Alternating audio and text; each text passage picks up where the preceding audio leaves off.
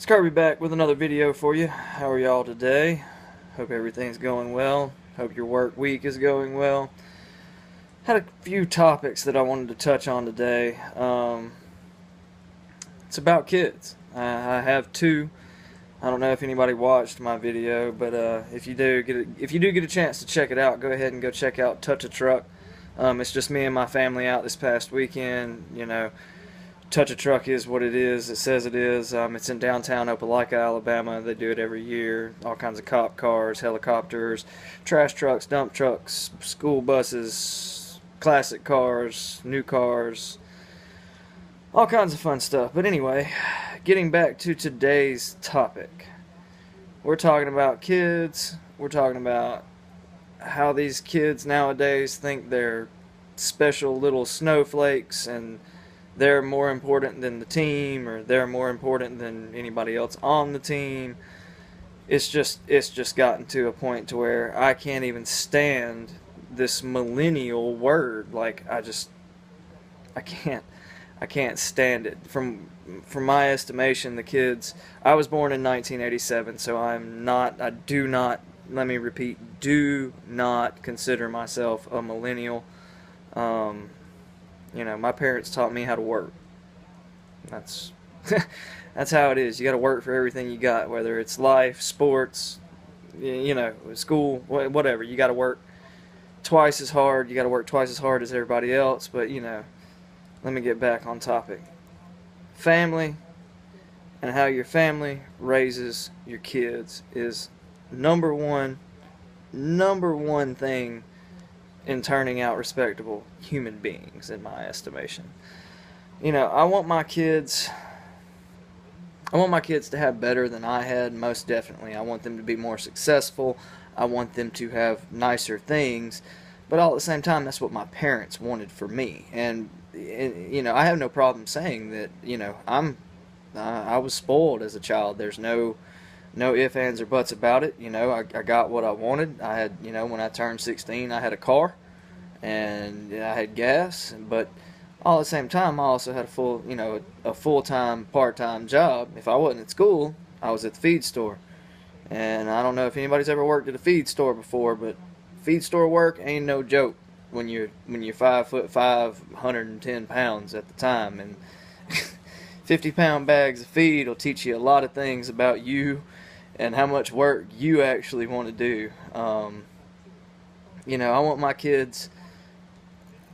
I want my kids to have the respect for time, money, and sweat equity, because I think that sweat equity word is the most valuable out of all of those right there, because it's the work you physically put in to whatever it is, sports, work, once again, just whatever it is. The sweat equity and the time you put in is more important than the money, but you got to have money to live, so that's important too. I was taught the value of a dollar, but it was always skewed to fit the need of what you need at the time. Car needs fixed, well, you can figure out money for that. So, that's just the way it was in my house. Once again, that whole special little snowflake, everybody's special. When it comes to team sports, when it comes to sports, period, you're not special. I don't care who you are. I don't care how spoiled I don't care how spoiled you are. I don't care how not spoiled you are and where you come from. It's all about the work you put in, and I just don't see parents pushing that nowadays. I don't. And my kids are young, so I have time to figure it out. And this is coming from a parent of a 2-year-old and a 8-week-old, 9-week-old. So I'm gonna have to figure it out just like every other parent does. But I'm gonna teach them the value of hard work and what hard work pays off with in the end. What kindness, what you reap what you sow, basically. And you bust your ass, you see the rewards. You don't bust your ass, you're left with what you got. The number 2 thing I want to talk about is putting these kids up on a pedestal from the time they're in 7th grade. So you got a kid who's really good at football. He's a quarterback, and he's great. It goes up through Pee Wee League. Great. The coaches all talk about him. He's gonna be a stud. Gonna be a stud. Gonna be a stud. So you get coaches like Lane Kiffin, who offer scholarships to kids in the 7th grade. Now tell me what can happen in between 7th grade and college. I don't know. I grew up a hell of a lot in between 7th grade and college. I was an immature child probably up until I was 18, 19. Then I had to grow up from being that immature child into a young man. I screwed that up heavily too, and I'm 30 years old now, and I finally just grew up. Finally. Finally. It took a long time for me to stop being a fuck up, but I figured it out. But these kids, they will never, ever, ever, ever live up to the hype that they're given. I mean, you can't hype up a kid from 7th grade and expect him to come into your college and not think he's the shit. And what happens when you got a whole team full of guys that were the shit, which is what happens in the SEC, particularly to Alabama, Auburn, all the big SEC schools, is you got a whole team of guys that were the shit where they came from. And what happens to these guys when somebody is better than they are is that they turn around and get benched and want to sit there and bitch and moan about sitting on the bench and riding the pine pony. And, if coaches, I feel if coaches would not start recruiting these guys in 7th grade, which you shouldn't recruit a guy till he's in the 10th grade. Like, you have no idea how big he's going to be, how tall he's going to be, how athletic he's going to be when he does gain that height and that strength. Because I've seen guys that were athletic as hell when we were kids, but got lanky and uncoordinated as hell when we were older. So that whole, he was great in Pee Wee League, well, yeah, that holds up about as good as a fart in the wind does. And it just puts that mindset into these kids' minds that they're the shit, nobody can touch them, and heaven forbid they get hurt. They have no idea how to deal with it because they've been being pumped up as the shit their entire lives. I mean, it's just ridiculous. Now, don't get me wrong. If my kids are good at whatever sport they want to play, I'm going to pump them up. Don't get me wrong. If it comes to wrestling, which you guys all know, I wrestled my entire life, basically, and, I want my kids to wrestle, but I'm not going to force it on them if I see that they don't like it. I'm not going to force any sport on my kids if I see that they don't like it. Now, will I push wrestling over all other sports? Probably. No doubt about it. And if they're wrestling and I see the potential that they're good, yeah, I'm going to pump them up and I'm going to push them. But I'm going to push them a hell of a lot harder than I'm sitting here, oh, baby, you're the greatest wrestler ever. You're going to be a state champion when you get to high school. Well, you can win as many state championships as you want in youth wrestling. They don't mean a crock of shit when you get to high school. And they surely don't mean a crock of shit if you get a D1 scholarship to wrestle in college. They don't matter. I know guys, I know 3-time state champions sitting in Alex City right now not doing shit. Because they didn't want it no more. But, I'm going to push it. I'm going to push it. I'm going to push it. And the third thing I want to talk about is specialization. I hate this more than anything because it relates to sports, it relates to work, it relates to my job, it relates to everything. I'm gonna give you a couple examples. Okay, if I only want my son to wrestle, yes, I'm going to push him hard to wrestle.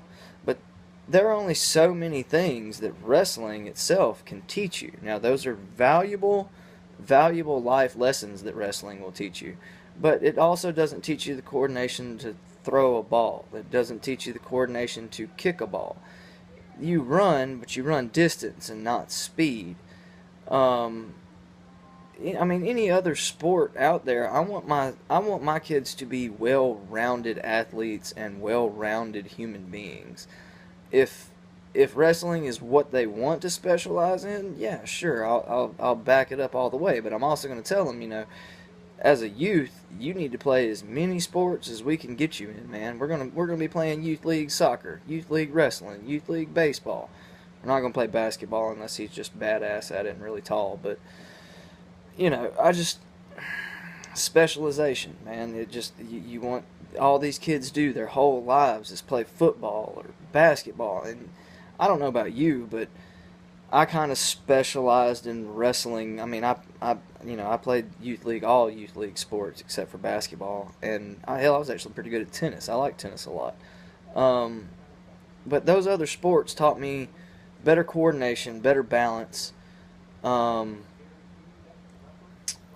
just I was a well-rounded athlete when I got to the serious level, and what I consider the serious level is high school wrestling, middle school and high school wrestling, where it counts for you as an individual and you as a team too. Don't get me wrong. Wrestling is a complete individual sport, and I cannot sit here and attest to you that I know what it's like to have a dude not block for me down the line, or I don't know what that's like. When you go out on the wrestling mat, you're alone. You're by yourself, and you won. You lost. You got your ass kicked. Whatever happened, it's on you. Your practice partner can only kick your ass during the week so much. But anyway, back to specialization. Hell, it comes down to my job. As a maintenance man, what I do for a living is fix everything that can go wrong and will go wrong in these apartments.